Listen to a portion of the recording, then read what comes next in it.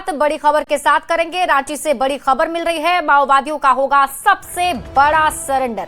हथियारों के साथ नक्सली करेंगे सरेंडर। 25 नक्सली सरेंडर कर सकते हैं, ऐसी जानकारी मिल रही है। सारंडा के बीहड़ों से निकलकर नक्सली सरेंडर करेंगे। सूत्रों के हवाले से ये बड़ी खबर मिल रही है। पुलिस मुख्यालय में सरेंडर का आयोजन हो सकता है, तो इस वक्त की बड़ी खबर आपको सूत्रों के हवाले से बता रहे हैं। रांची से बड़ी खबर मिल रही है, 25 नक्सली सरेंडर कर सकते हैं, ऐसी जानकारी है।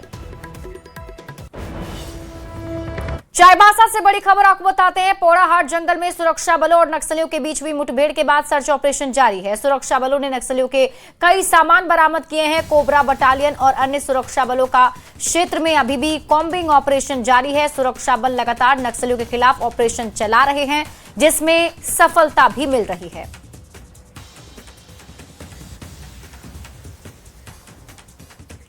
धनबाद जेल में पत्नी की हत्या के आरोप में बंद विचाराधीन कैदी जीतन रजवार की मौत हो गई है। जीतन रजवार की जेल में मौत की घटना से परिजनों और ग्रामीणों में भारी गुस्सा है। शव को SNMMCH लाया गया, जहां मृतक के परिजन के साथ पहुंच के लोगों ने जमकर हंगामा किया है। SNMMCH परिसर में पुलिस के साथ बहसबाजी भी हो गई। पुलिस जवान का वीडियो बना रहे युवक के साथ बहसबाजी और धक्का मुक्की भी हुई है, जिसके बाद लोग उग्र हो गए। मौके पर मौजूद अन्य पुलिसकर्मियों ने हालात को नियंत्रित किया है। लोगों का आरोप है कि मृतक का साला पुलिस विभाग में है और गिरफ्तारी के समय उसने अनहोनी की करवाने की धमकी दी थी। लोगों ने इसकी जांच कराने की मांग की है। लड़का का साला जो जीतन का उनका धमकी दिया था कि आपको हम लोग जेल के ये में हम लोग सड़ा देंगे, ये बोला था। इसीलिए थोड़ा सा आदमी लोग आक्रोशित करके सब ये हुआ।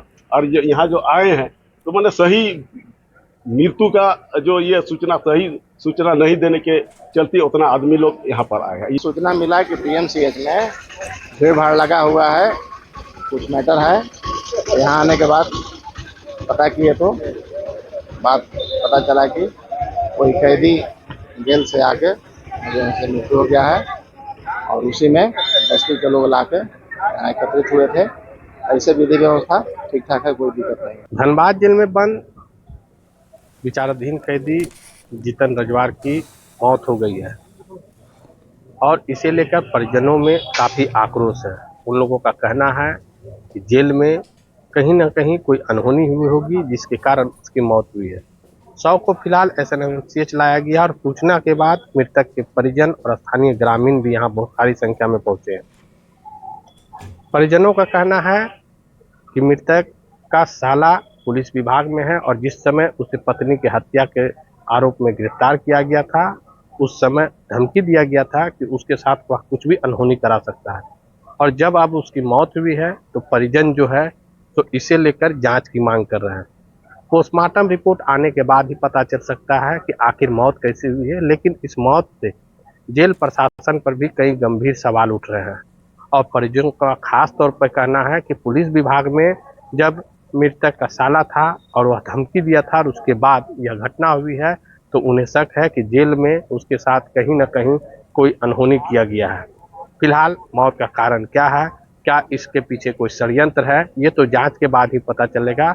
लेकिन जिस तरीके से धनबाद जेल में बंद विचाराधीन कैदी की मौत हुई है, उससे परिजन शोक में है और व्यवस्था को लेकर सवाल भी उठा रहे हैं। संजय गुप्ता, न्यूज़ 18 धनबाद। और अगली खबर आपको गोड्डा से बताते हैं, जहां सदर अस्पताल में एक मरीज की मौत के बाद परिजनों ने जमकर हंगामा किया है। अस्पताल प्रबंधन पर गंभीर लापरवाही का आरोप लगाया गया है। परिजनों ने कहा कि मरीज को शनिवार शाम BP लो होने की शिकायत के बाद सदर अस्पताल में भर्ती कराया गया था। हालत गंभीर होने पर उसे ICU में रखा गया था। परिजनों का आरोप है कि भर्ती के बाद मरीज की ठीक देखभाल नहीं की गई। परिजन अस्पताल प्रशासन के खिलाफ कार्रवाई की मांग कर रहे हैं। दिक्कत मुझे लोग ने मेरे पिताजी को मार दिया, जिन पिताजी को मार दिया इन लोगों ने, मेरे पिताजी को।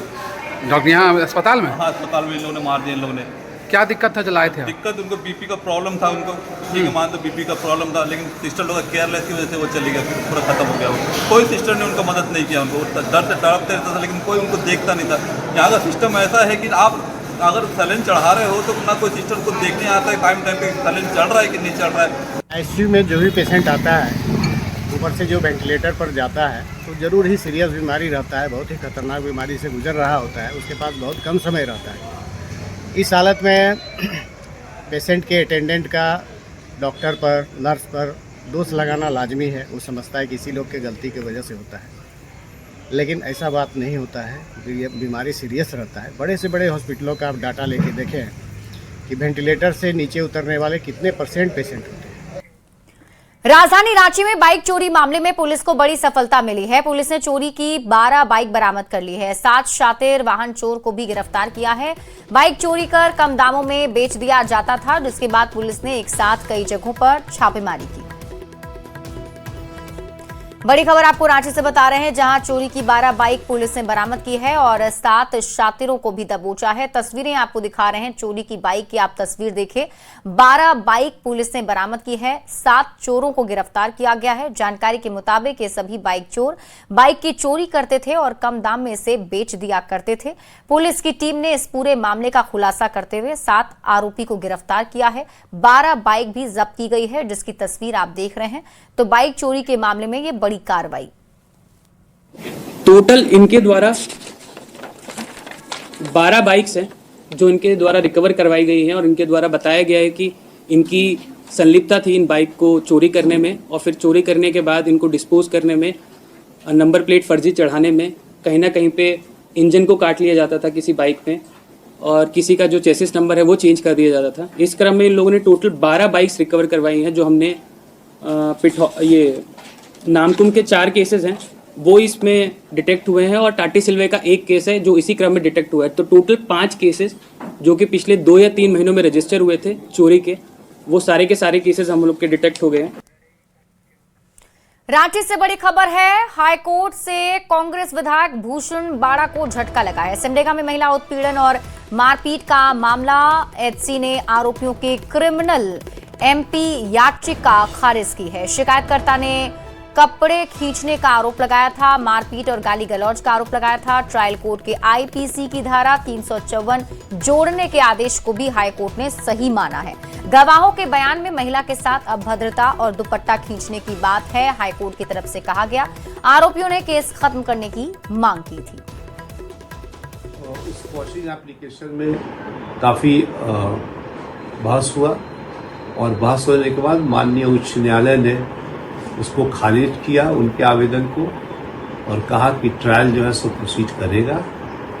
और उसमें बहुत जजमेंट्स जो है काफ़ी लंबा है, उसमें सारे फैक्ट्स को, एविडेंस को और कब कब वो हाई कोर्ट आए, कब कब क्या ऑर्डर हुआ, इस सब का विस्तृत चर्चा है। धनबाद निगम प्रशासन अतिक्रमण के खिलाफ लगातार कार्रवाई कर रही है। कतरास बाजार हटिया में नगर निगम की टीम ने बुलडोजर चलाया। भारी पुलिस बल के साथ प्रशासन ने जैसे ही कार्रवाई शुरू की, इलाके में अफरा तफरी का माहौल बन गया। बताया जा रहा है कि हटिया क्षेत्र में लंबे समय से अवैध निर्माण कराया जा रहा था। शिकायत मिलने के बाद नगर निगम की टीम ने बुलडोजर चलाकर निर्माण को ध्वस्त कर दिया। वहीं दुकानदारों ने बुलडोजर कार्रवाई का विरोध किया है।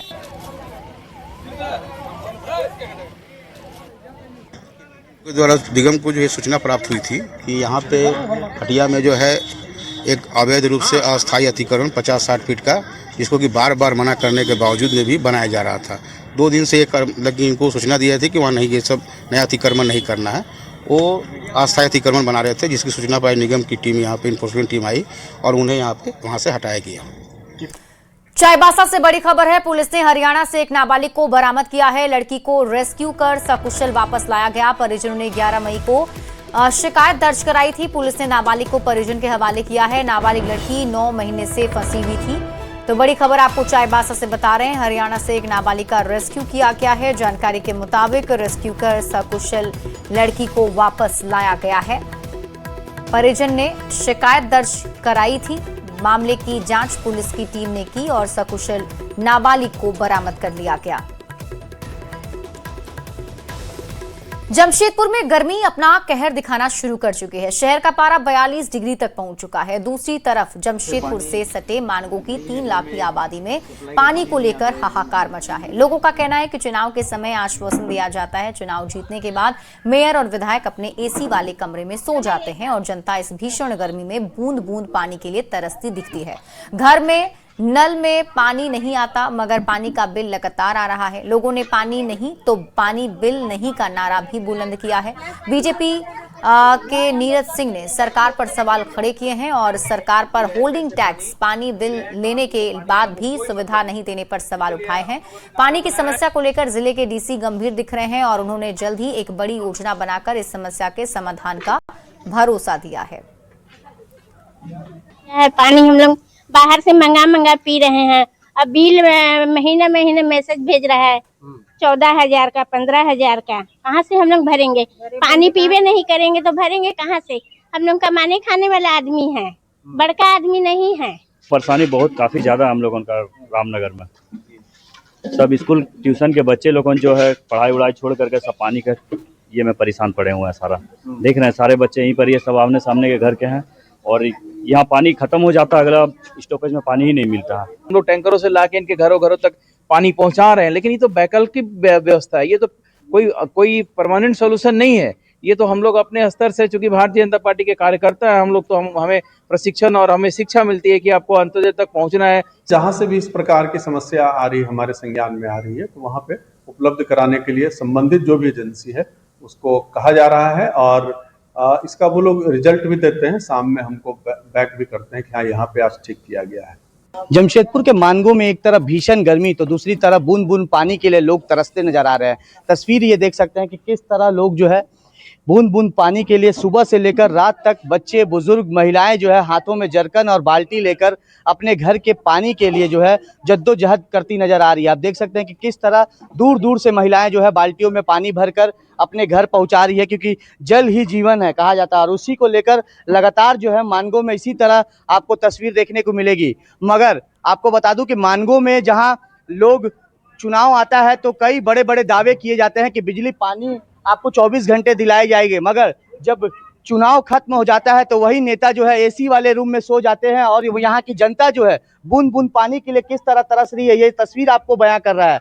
हालांकि अब देखना ये है कि जहां एक तरफ जमशेदपुर पश्चिम के विधायक हो या मानगो की नई मेयर आश्वासन तो दी थी कि मानगो के लोगों को घर घर पानी मिलेगी, मगर ये पानी की समस्याएं कब तक निजात मिलता है वो तो आने वाला समय बताएगा। मगर ये तस्वीर आप बयां कर सकता है कि लोग बूंद बूंद पानी के लिए कैसे तरस रहे हैं। अब देखना यह है कि खबर चलने के बाद यहाँ की मेयर और यहाँ के विधायक का कब तक आंख खुलता है और कब तक मानगो की जनता के सबसे जो बड़ी परेशानी है पानी की समस्या, इससे जनता को कब तक निजात मिल पाता है। न्यूज़ 18 के लिए जमशेदपुर से आशीष कुमार तिवारी। पलामू में केंद्र सरकार की जल जीवन मिशन योजना का बुरा हाल है। जल मिशन योजना के नाम पर करोड़ों की निकासी कर ली गई, मगर योजना धरातल पर भ्रष्टाचार की भेंट चढ़ गई। सांसद विष्णु दयाल राम ने भी कई बार योजना की जांच कराने की मांग की। वहीं ग्रामीण स्तर पर कई गांव में जल जीवन मिशन योजना के तहत जल मीनार ली गई है, लेकिन वो कारगर नहीं है। सदर प्रखंड के कुंडलवा गांव में जल जीवन मिशन योजना से गांव में 3 से 4 जल मीनार लगाई गई, मगर सभी खराब हैं। हालांकि डीसी ने पूरे जिले में योजना की जांच कराने और खराब जलापूर्ति को ठीक कराने का दावा किया है। अधिक जानकारी दे रहे हैं न्यूज़ 18 संवाददाता नील कमल। के केंद्र सरकार की महत्वाकांक्षी योजना जल मिशन योजना की अगर हम बात करें तो पलामू में हालात बहुत नाजुक है। आप ग्रामीण इलाके में जाएंगे तो ज्यादातर जल मीनार जो बनाए गए हैं या तो खराब पड़े हैं या तो उनका मोटर फंक्शनल नहीं है, और कई ऐसे गांव हैं जहां पे महज खाना पूर्ति की गई है। मैं इस वक्त मौजूद हूं सदर प्रखंड के कुंडलवा गांव में। ठीक मेरे पीछे आप देख सकते हैं कि यहाँ पे जल मिशन योजना से यहाँ पे भी 3 योजना ली गई है, 3 जल मीनार बनाए गए हैं, जिसमें कि एक ये जल मीनार है, लेकिन ये भी पिछले कई माह से खराब पड़ा है। आपको बता दूं कि कुंडलवा गांव की है और ये ठीक बगल में आप देख सकते हैं कि जो पूर्व से ये चापा नल यहाँ पे मौजूद था, उसी चापा नल में इस योजना के तहत इसे कनेक्ट किया गया है और इससे ये टावर बनाया गया है, लेकिन ये पिछले कई माह से खराब है और इसकी मरम्मती भी नहीं की गई है। ये 7-8 महीने से खराब है। अभी क्या परेशानी हो रही है? अभी तो पानी गांव अगल बगल से पी रहा है, जहाँ तहीं से चापाकल से बस जोड़ा जाएगा, अभी चालू हो जाएगा। ये नल लगा था कि पहले से ये बना? जैसे चापाकल है पहले के। अच्छा, इसी में जोड़ा गया? इसी में जोड़ा गया है। 2 साल से लमसम ये खराब है।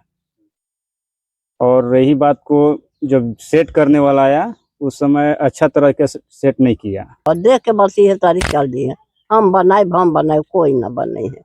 वोट लेवे वाला हाँ हम बनाए वोट दे दे, सब भागी है, वोट ले लिए कोई ना बनावा। सदर में हम लोगों ने एक मीटिंग भी की है जिसमें सभी नलकूपों को पुनर्जीवित करने के लिए एक कार्य योजना का निर्माण किया जाना है, दोनों ही शहरी क्षेत्र में और ग्रामीण क्षेत्र में। ये कार्य योजना जल्द से जल्द तैयार की जाएगी और एक समयबद्ध तरीके से सभी को ठीक किया जाएगा। कि महज सिर्फ खाना पूर्ति की गई है, योजना के नाम पर भ्रष्टाचार की गई है। नीलकमल, न्यूज़ 18 पलामू।